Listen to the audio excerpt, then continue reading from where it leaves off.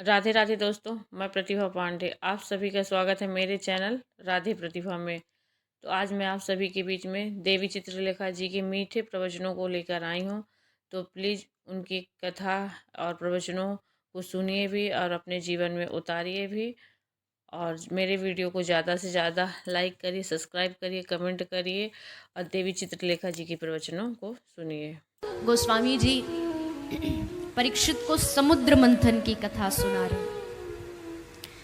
देवता और दानवों ने मिलकर के निर्णय किया कि हम मंथन करेंगे और मंथन से जो जो निकलेगा उसको आधा आधा बांट लेंगे। मंथन आरंभ हुआ।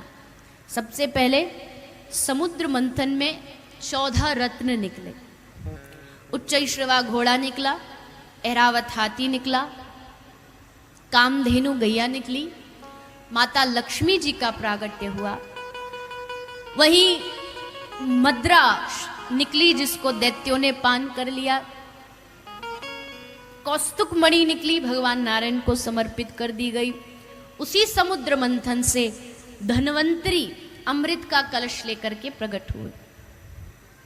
अमृत का कलश लेके धन्वंतरी भगवान प्रकट हुए और दैत्यों ने जैसे देखा अमृत आ गया, तुरंत छीना और लेकर के दैत्य भाग गए। देवताओं को बड़ा दुख हुआ, हमने मंथन किया, पूरी मेहनत की और ये अमृत लेके भाग गए। भगवान नारायण की शरण में गए, प्रभु आप न्याय करिए, आप कुछ कृपा करिए। तब भगवान ने एक बड़ा ही अद्भुत रूप धारण किया जो आज तक न किसी ने देखा न सुना। लोग कहते हैं कि भगवान बड़े सुंदर हैं, बड़े सुंदर हैं, काले कलूटे से हैं तब इतने सुंदर हैं। सोचिए अगर यही भगवान स्त्री का रूप बना ले तो क्या हालत होगी। ब्रज में कहते हैं कि नंद के लाल अगर तुम होते लली तो गले कट जाते हजारों के। न जाने कितने आशिक आपके पीछे भागते, कितने मरते आपकी इस दीवानगी पर। तो आज वही रूप दिखाया है भगवान ने। आज एक बड़ी सुंदर स्त्री बन करके, मोहिनी बन करके भगवान प्रकट हो गए। आहा क्या रूप है। दैत्यों ने देखा, बस सब भूल गए और हाथ जोड़ के कहते हैं, हे देवी आप एक काम करो, आप ये अमृत का जो बंटवारा है ना, देवताओं पर तो हमें भरोसा नहीं है, लेकिन आप देखने में अच्छे घर की स्त्री लग रही हो, आप ये बंटवारा कर दो। मोहिनी बोली, बड़ा जल्दी विश्वास हो गया मेरे ऊपर, मुझे जानते नहीं, मैं कहां से आई हूं, धोखा दे गई तो। दैत्यों ने कहा कि नहीं नहीं, हमें मालूम है तुम धोखा नहीं दे सकती, तुम्हारे इस रूप को तो देखो, कितनी सीधी सादी हो।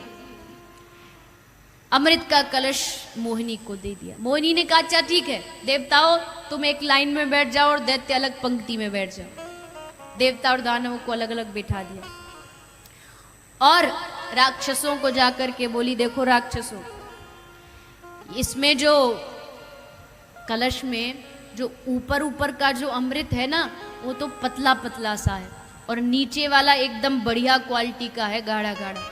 इसलिए जो पतला वाला है वो पहले देवताओं को पिला देती हूँ और जो बढ़िया वाला बचेगा वो मैं तुमको पिलाऊंगा। दैत्य बोले, अरे वाह क्या बात है, कितना ध्यान रख रही है हमारा। अब उनको कौन समझाए कि ये कौन है और क्या बन करके आए। आराम से बैठ गए तसल्ली से, बोले इनको पीने दो पहले, हम बाद में बढ़िया वाला पिएंगे। मोहिनी सबको अमृत पिलाती पिलाती पिलाती जा रही थी कि तभी राक्षसों में से एक राक्षस था राहु। उसको मन में शंका हुई, कुछ गड़बड़ है, पता नहीं बाद में मिले ना मिले, इसलिए पहले ही पी लो।